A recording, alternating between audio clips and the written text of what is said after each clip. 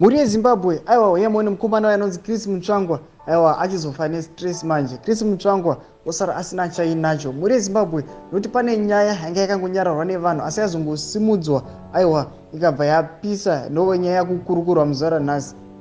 Muri yeZimbabwe nokuti nhau yekupiswa kwakaitwa famu aiwa raChris Mutsvangwa aiwa retobacco aiwa nyaya iri kutopisa vanhu vachiti ko sei zvaitika panguva yakadai. Tisati tamuendera mberi nenyaya iyi aiwa ndokurudzira wasubscriber wolaika wotina on the bell icon torambochiona maupdates andokupa pano paZim News Live.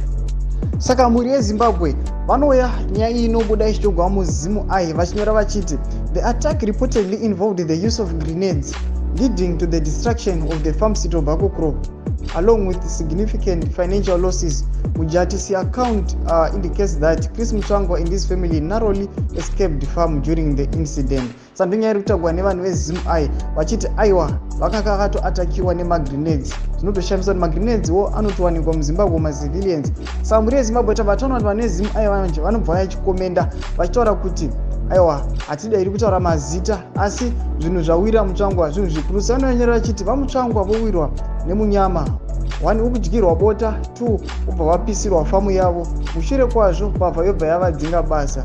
Mazita tisataura tapota naurwa yese pasi apo. Muri yeZimbabwe ndo mashoko anouya achivhurwa aiwa neZVAITWA ichinyatsoburitsa zvese kuti aiwa Chris Mutsvangwa ari pama1 Chris Mutsvangwa ari panguva yakaoma. Chimbotudze mafungiro ako pina mucomment section medu aiwa tudze mafungiro ako kusangana usubscriber ulaika kunotina on the bell icon torambochiona maupdates andokupa pano paZim News Live.